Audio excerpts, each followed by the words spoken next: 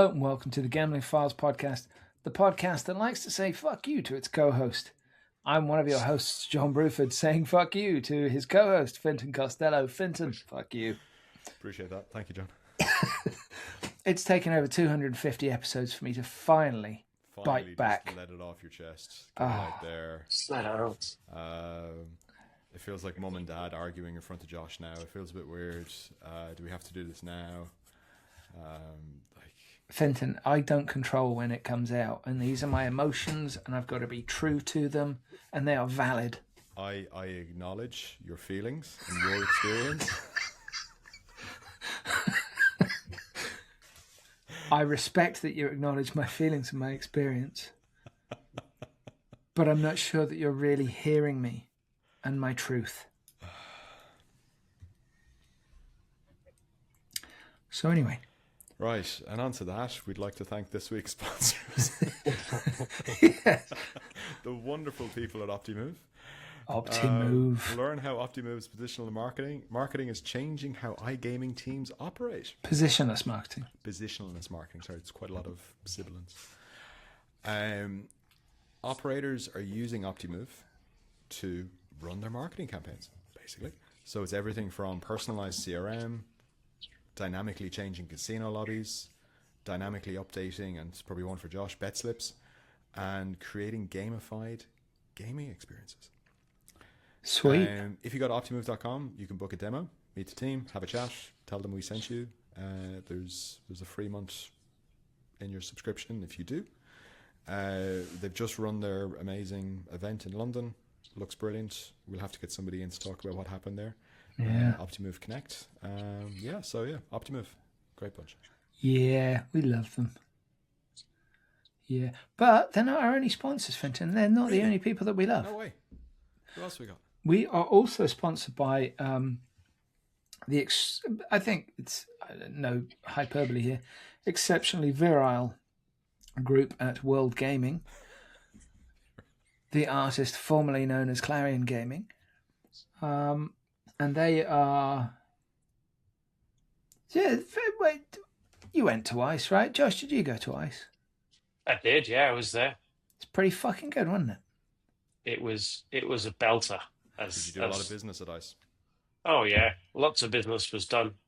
World before, Gaming during, and after. There you go. God bless you, World Gaming, and all who sail in you. What would we do without them? Well, interestingly, they're also, those two, they're not the only. We've got a third sponsor, Finton, the newest addition to the family. Because somebody's got to pay for the yacht. Hat trick. Somebody's got to pay for the... You're recording. I'm recording from the yacht. Where are you recording from? You're in Monaco, aren't you? Having a fucking scone with the cream and the jam the wrong way round. Like all posh people. No, we're also sponsored, Finton, by Gaming Laboratories International. Are you familiar with their work? Would that be the famous GLI? The ubiquitous, almost, really. Ubiquitous is a good word. So It is. John's the words man. Yeah, and the details guy. Famously detail oriented. That is me. And I'm big picture. So let's think of me as a mosaic kind of guy. Wow. I've got a mosaic behind me. It's Tell me Christmas more present. about GLI, mate, before we get sidetracked. I never get sidetracked, Finton. I'm totally focused. I'm like a laser dog. Lock it in, John. Lock it in. Today's episode is brought to you by Gaming Laboratories International, aka GLI. It's a world-class testing, inspections, and certification company committed to delivering the highest quality land-based lottery and iGaming testing and assessment services around the world. GLI provides suppliers, operators, and regulators with expert guidance for navigating the future of iGaming. Sorry, the future of gaming. I would need to clean my glasses. And ensuring gaming innovations meet regulatory standards with confidence in more than 710 jurisdictions. If you'd like more information, Finton, you can find that at gaminglabs.com. That's gaminglabs.com. Yeah. But, Finton, how are you? All right? I'm good. I'm good. Yeah? Yeah. We've been up to anything? A lot of stuff I can't talk about. Is that because you're a high-level executive in the gambling industry? Yeah. I'm moving house. Congrats. Yeah, it's pretty exciting. I mean, in the same town. It's not, and it's not like I bought a house. That's only for top-level executives in the gambling industry. In fact, I'm moving into social housing. That's how well the sponsorships are going, is it? Yeah, which does remind me, sponsorships are available. We also have Addiction, An Hour with Hour, and Desert Island Discs in our podcast family, and many other opportunities to do interesting and innovative work with the Gambling Files group. So yeah, it's going well. Social housing. No, but the local housing authority has very kindly given us a disabled adapted house for my daughter. Nice. So that is pretty cool. Yeah, very pleased, very excited. So they're looking after you well. Well, let's not go too far. Yeah, they are. They are. We're just waiting for the ramp to be installed in the front, because until that's installed, she can't actually get in the house. Yeah. So, I mean, maybe she could be airlifted, I don't know. But until that's in, it's a disabled adapted house that no disabled person can get in. Unless they've mastered the bunny hop. And that is a thing. I saw, when we were talking about the Keith O'Loughlin episode before we came on, right? When Keith was on, I mentioned to him a chap I knew that had pushed his wheelchair across Wales on like the hottest day of the year last year. And he was looking at doing a New Zealand north to south or something, or south to north, one or the other. And Keith was like, oh, well, that sounds really interesting. Let me know, because, I know people in the area and all that jazz. I saw a video the other day of Gwilym, the wheelchair lad, doing fucking pull-ups in his wheelchair. Why not? I can think of a lot of reasons why not, Finton. Most of them involve me being quite fat and quite unfit. Fair play to him. Okay, how's your pull-ups going? I'm so close, mate. I am so close. You doing a lot of work on your lats and that? Yeah. I'm smashing the lat pull down machine. When you do a lat pull down, what are you lifting? I'm basically about, my max is about 80 kilos for 3 reps, but I can do like 70. I did like 75 for 10 reps. That's really respectable. Yeah, well, it's basically, it translates to a 1 rep max. That's basically my body weight. Yeah, of course. So I'm getting there. It's very, very interesting. You know what's also very interesting? Our guest. Have we got one? Should we talk to Josh? Go on then. Where is he? Here he is. Oh, Josh. Just honestly admiring you guys. Just sitting back, watching, entertain. I should have brought my popcorn. Well, we don't see each other much because Fenton's a very busy executive. He's on his yacht, isn't he? Yeah, he really is. He's on his yacht, and you're stuck. I'm not below the waterline. Ah, there you go. I heard the other day, which I thought was brilliant. It's perfect. It's where you want to be. How big's that thing? There's ambition. There's goals. There's levels to this game. Have either of you worked on a cruise ship at any point? No. Let me think about that one. Nah. Yeah, here's me, fucking working class Johnny. But some friends of mine were photographers on a cruise ship, and they were explaining how it all works. And basically, if you don't have a customer-facing job, like if you're not already visible to the guests, you don't get to see sunlight. Wow. Ever. Really? This is how it was 20 years ago. It's just like working nights, isn't it? Feels illegal. Yeah, not in international waters, Fenton. Although, Panama flagged. Anything goes. Our next guest is in fact from the cruise ship industry, and I'm going to fucking ask him that one. If I were on that boat and I were washing dishes, would I be allowed to see daylight ever? Yeah, quite the tangible. question is, were you above or below? Did you see sunlight? That's the qualification question, isn't it? I did. Do you know, I applied for work on a cruise ship when I was quite young, and I didn't even get an interview. I was going to say, I Unsurprisingly, guess it didn't happen, which is why we're on a podcast together. I had I had no relevant experience, and in fact, come from the Great Britain's largest landlocked county. Oh well. So, look, Josh, yeah, as you're here, um, you're the co-founder and CEO of ChatBet AI.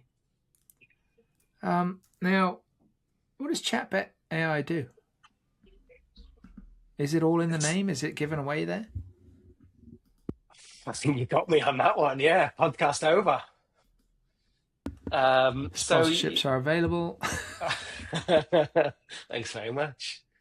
So, ChatBet is chat betting, right? So, what ChatBet does, we allow players to place bets directly within messaging apps such as Telegram, WhatsApp, and for operators, it opens up a brand new revenue channel by being where the players are.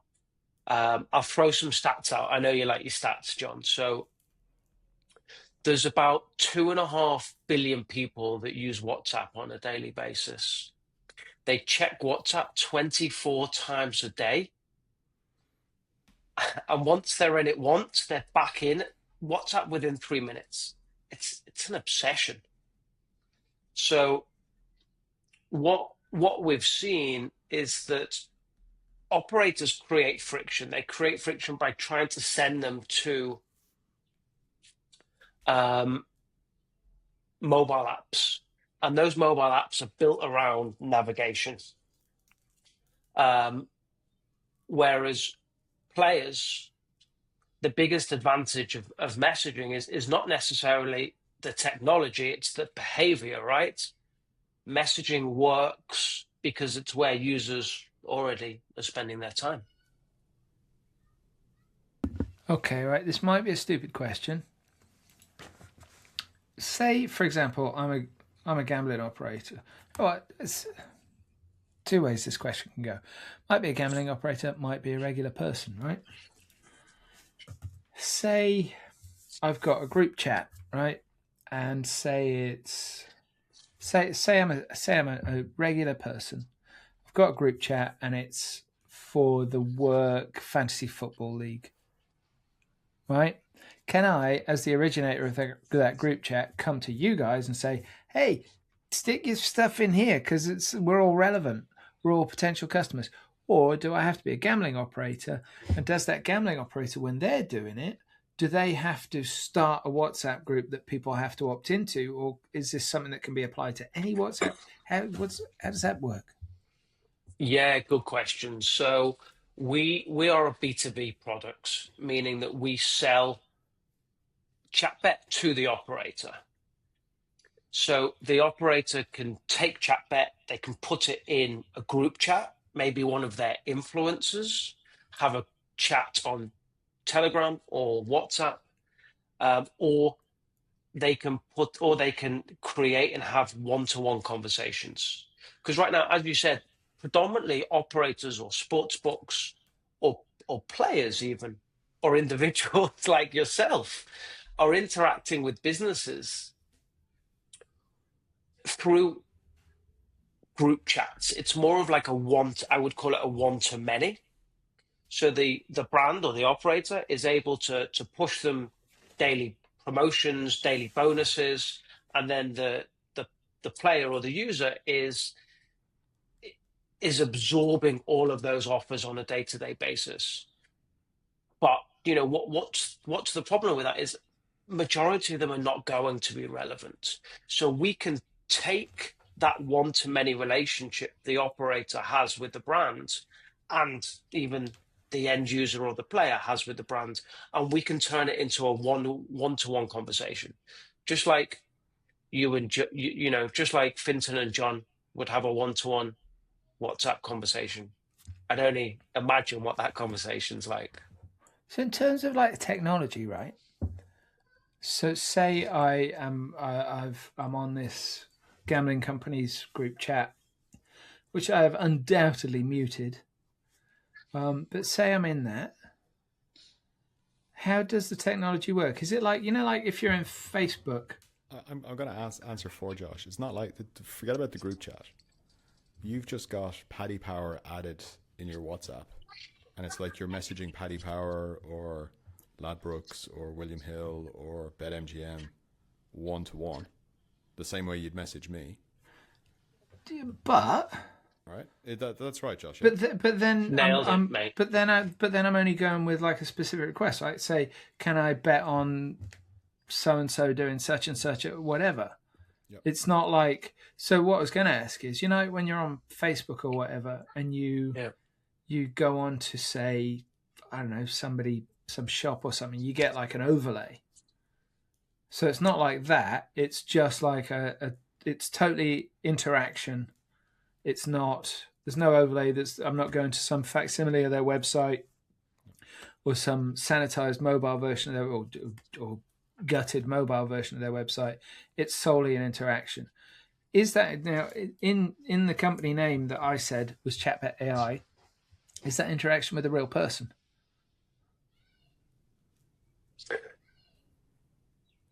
It's an AI bookie, we call it. So So no. it's an autonomous agent that responds to the player. We originally built it a couple of years ago, and there was no human, and there was no intelligence or artificial intelligence, they call it these days. It was just a menu option. So you're just interacting, or if you like, talking to a menu option. You're doing like a That's funnel how. in that respect. Yeah, exactly. You're just using a menu option to guide them through to placing a bet. And with ChatBet, the beauty is it's not just autonomous, a human not needed. To a degree, we can get onto that later. It's actually placing the bet for the player. They're not having to leave WhatsApp or the messaging app. They can stay within, as Finton said, the one-to-one conversation with the player or with the operator, and they can be guided through the conversation all the way to receiving a bet slip, and then they press confirm, and then the bet is completely placed all through the messaging service. And on top of that, the beauty is, maybe your next question is, oh, but how does that work in terms of regulation? Well, the way in which the bet is placed, it doesn't change for the operator. The KYC, the markets, the odds, the wallets, we don't touch any of that. It stays exactly the same for the operator. We just provide the interface layer, which is, if you like, the new interface, which I guess only comes around every maybe decade or so. So you can, within sports betting, it started with face-to-face bets, then it turned into telephone bets, then it went desktop or online, and then online to mobile, and then mobile to mobile app. We believe that messaging is the new interface. So the way the bet's placed is exactly the same for the operator. And stop me if I'm wrong here, but there's potentially, how does this work in terms of not RG messaging necessarily, or PG messaging, or however you want to describe it, but one of the much studied and reasonably effective things in beginning to deal with players who are exhibiting problematic behaviours is interventions in the form of sort of interruptive messaging, saying, "Hey, why don't you go do something else for 5 minutes and have a think about this one," or whatever. Does what you do work with what the operator is already using? Do you have your own RG tools in this, or is this a way in which the player is maybe not so well looked after? What happens there? It completely works exactly how it works in mobile app or web. I think the difference is that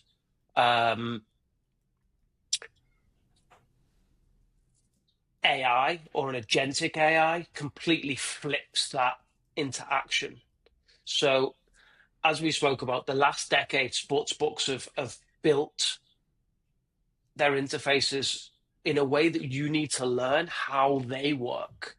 So you need to open the app, navigate the menus, filter the leagues, find the markets in order to build a bet slip, right? It's a structured journey. The user has to get into a rhythm and understand how to do it.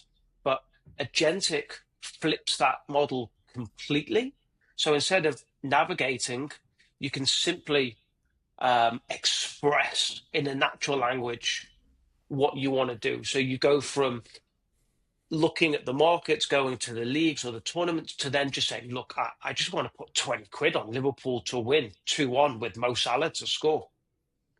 And the system interprets that, maps it to the system it's integrated to bring back a structured bet or structured ticket, builds it, and then the player can execute on that. So that's a massive shift for the user. It's a move from UI-driven interaction to intent-driven execution, while at the same time, all of the GR, as you're calling it, is still the same. And then on top of that, that's the artificial intelligence. And where we are now with ChatBet is we've added agentic to that, an agentic AI system. So that's multiple agents working together at once in order to answer the question or to satisfy the user with what they need. So the way I would describe it for yourselves and the audience is that we've got a completely full sportsbook team working to answer the question of the user, to get them what they want. An expert that knows the markets, an expert that knows responsible gambling, an expert that knows, if you like, psychological messaging and how to get through to that user. Another agent that understands, I suppose, the brand personality. You put all of this together, and it's really getting to know the customer. So, let me pose a question to you. Does that then mean that the industry is moving from know your customer to kind of making sure that you know the agent that is being used?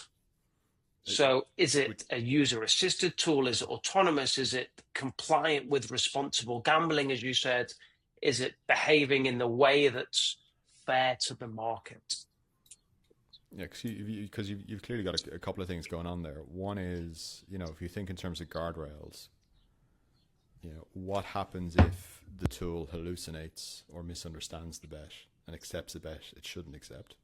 There's a whole world of prompt engineering and people who love trying to trick AI tools into doing stuff it shouldn't be doing. Who accepts the bet? What happens with the T's and C's? Obviously a bookie can void a bet if it's mispriced, but the PR fallout, particularly in places like the US, becomes a nightmare. If AI agents are being, program, like it's just going through kind of guardrails, then it's okay, like, is it encouraging me to bet when I shouldn't be? There's some things there which could maybe get trickier.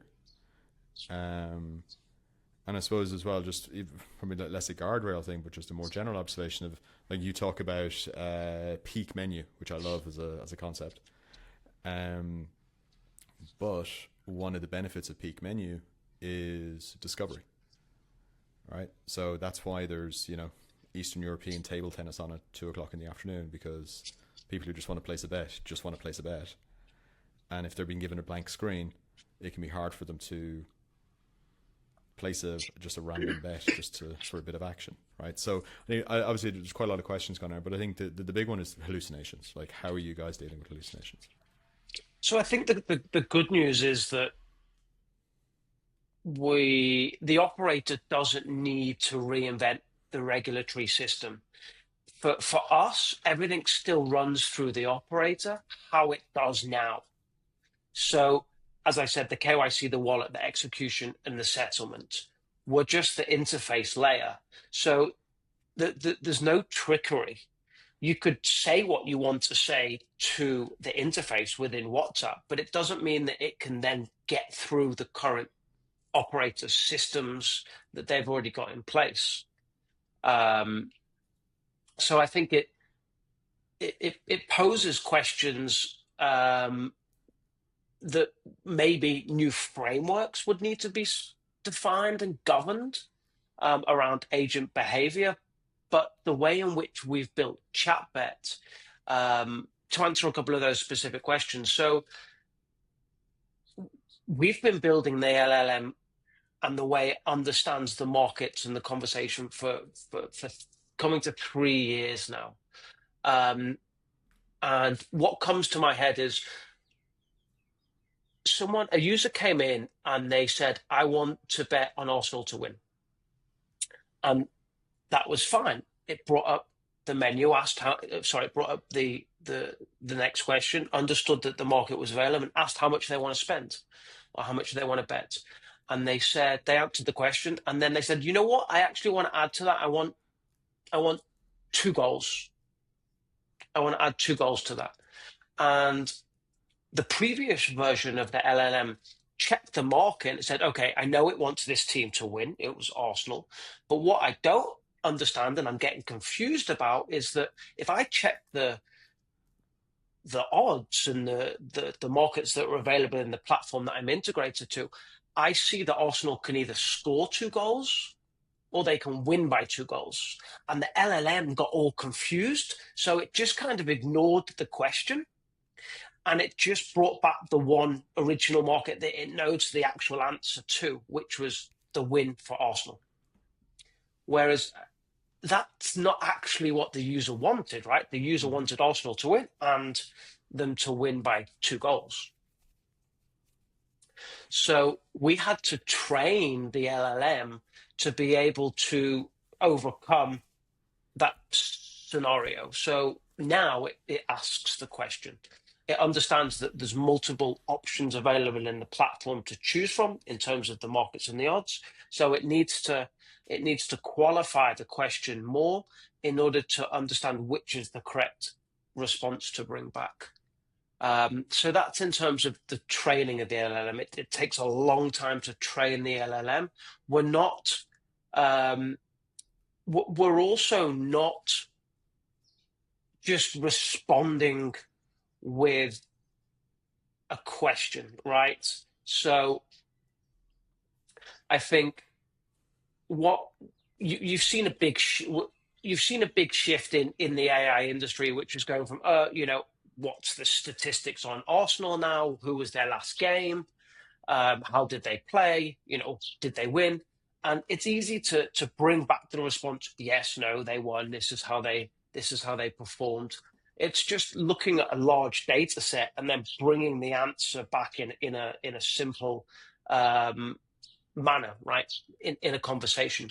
But where that is difficult, or where I believe that we've nailed it, is actually creating the intent and the conversion. And that's where ChatBet sits, in between intent and conversion. And then the other question that I think I want to answer is around maybe OG.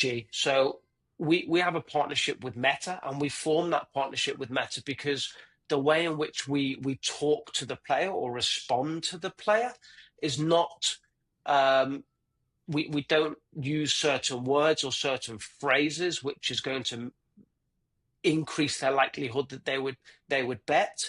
We do it in a way that meets the requirements and regulatory requirements of Meta, but also of the operator.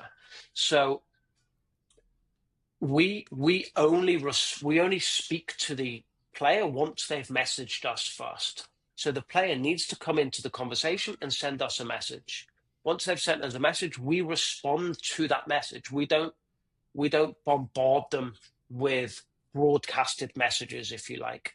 And that message that they ask us is going to be different to the message someone else is going to ask us. So it's a one-to-one conversation, a completely personalized conversation. Okay.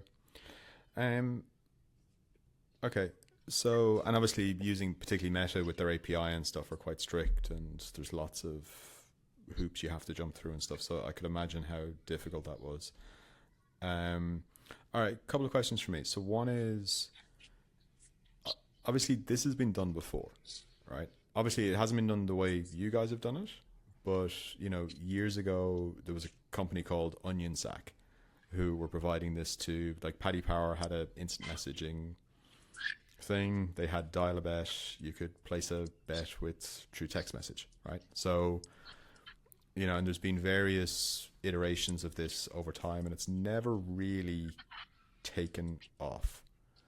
A lot of the messaging based customers were more traditional phone betting customers type thing, rather than younger app savvy type people. What's changed in the demographics, or what's changed in user behavior where, and this would have been the time when, like, everybody was sending text messages and stuff, right? So it wasn't like messaging didn't exist. What's changed now that the demographic shift has changed, that this is the way people want to do it? I think there's a few things there, right? I know of Onion Sack. I think it was a product that was really good and before its time.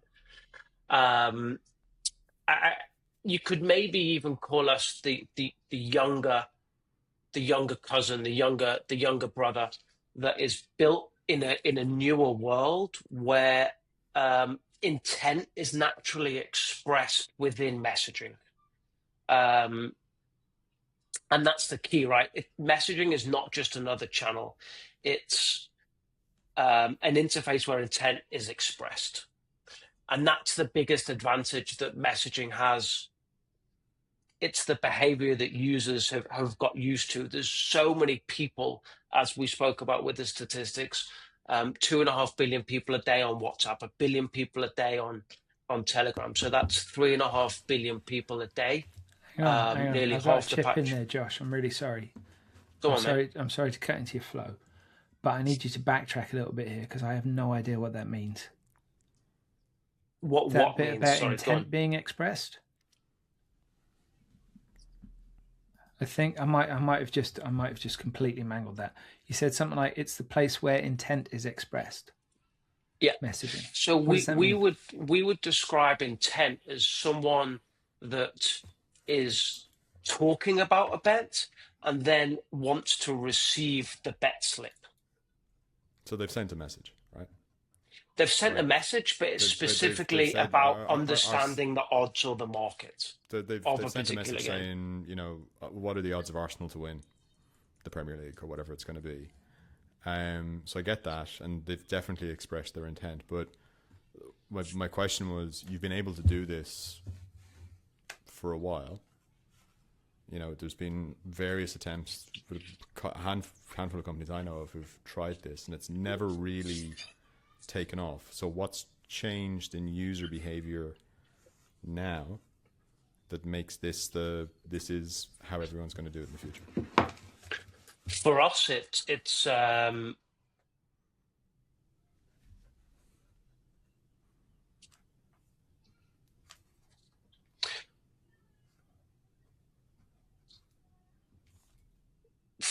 for us, what we're seeing is a user might want to bet on Arsenal to win, right? But instead of expressing that directly, they click through a menu previously, right? So they go from Premier League to Arsenal to match odds and then to a bet slip. So the system sees the click, not the intent. What we're doing is we're capturing that intent at the source when the user just says it naturally. Put 20 quid on Arsenal to win. That's the intent. Yep. No translation layer, no navigation back to the app or the web. What we're doing is what we're doing differently, I suppose, is that we are converting the user within that conversation rather than just bringing them back something that they asked for and then redirecting them somewhere else. Because once you then redirect them somewhere else, you're then having to go to another funnel again. Does that Okay, make so sense? let's walk through the example then of the Arsenal to win the Premier League. So I've expressed my intent, odds of Arsenal to win the Premier League.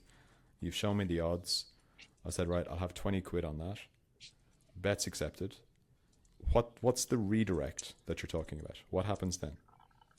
But for us, there's no redirect. We once they say I want to place that bet on Arsenal to win, we then turn that into a bet slip. Mm-hmm. The bet slip comes within the conversation, Yep. and at the bottom there's a button that says confirm bet. You Yep. press confirm bet, and then the bet's placed, Okay. and then you get the bet receipt. Whereas there's two things, right?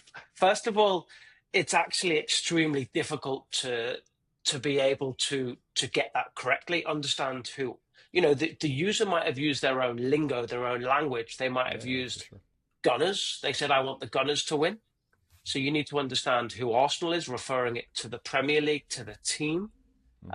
20, they might not have said £20, or they could have put £20. You need to understand that £20 is in reference to the amount that they want to place on that bet or on that team to win.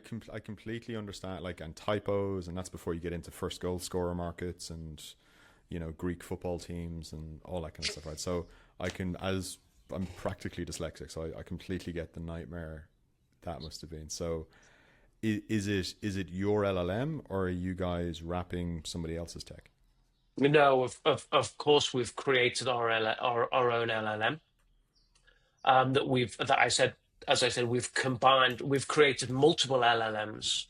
And in terms of the bigger LLM, whether it's OpenAI or Claude, we're completely agnostic. We are constantly checking and trying and optimizing depending on what's around. Because obviously I'd imagine, if they, you're dealing with Meta, with WhatsApp, if Zuckerberg tomorrow wakes up and turns off gambling, or Google wakes up, so I suppose that must be the issue with the AI tools as well. If, OpenAI wake up tomorrow and say, we don't want any gambling business running through our servers because of negative PR and stuff, like how would a situation like that affect you guys? it's just like any software company, right? Like if one of your softwares that you're reliant on goes down, then you need to be able to have a backup in order to not let that affect your system. You always need to think ahead in order to make sure that you're not so reliant on third-party softwares. Yeah. Okay. So it's a mixture. Okay. So so if I understand correctly, you've got the third-party tools, and then you're building on top of them, and then it's the interface then or it's then sent out to the bookie. Is that how it works? It depends on the question, right? So if the user comes in, you see different psychologies in terms of players. So you could get a player that comes in, starts their day, comes in and say, okay, what was the Premier League results for yesterday? So that response might require a different LLM than Gotcha. if we were to go into the operator system and check the actual market, the odds. And if we had to check the market and the odds and then bring that back, that's technically a longer process, because some platforms are integrated to have got over 6,000 markets and odds. That's pre-game. Haven't even taken account about live. So you need to make sure that the response time is also adequate for the user to keep that conversation going. Yep. Yes, they can obviously leave the conversation and go message someone else, but then you want to make sure that you're coming back to them in a responsible time, in order to get them to place that back, keep that intent and take advantage of it. And that's where we can work and use what we call micro messaging. Okay, understood. Okay, so obviously you guys are you've been doing this for a few years. You guys are still in kind of startup mode. Who's using your software right now? So with our partnership with Meta and on WhatsApp, we are working in regulated markets. Those regulated markets are Peru, Mexico, and Colombia. So Okay. we're actively in on all of those markets. And outside of LATAM, it's Australia and Japan. Japan, we haven't touched it. We're having conversations, but we're also having conversations with Australian operators as well. Okay. Japan doesn't. It's Japan's Telegram, right? Not WhatsApp then. Japan is not necessarily WhatsApp. Yeah. It's not Okay. the primary Yeah. messaging tool within that country. So that's why Oh, we've okay. not touched it. Got it. Understood. I think it's Line or Signal is the main one there. Yeah. Okay. And then it's Telegram. Obviously, Telegram's the easiest one to integrate. So it's Telegram then for the rest of the world would be the. Yeah, Telegram in Europe, Telegram in Europe, not necessarily in the UK. We're not necessarily doing too much on Telegram at the moment. We've been focused predominantly on the regulated markets. Okay, understood. But And we how's are the response being? How are people using it? What's going on there?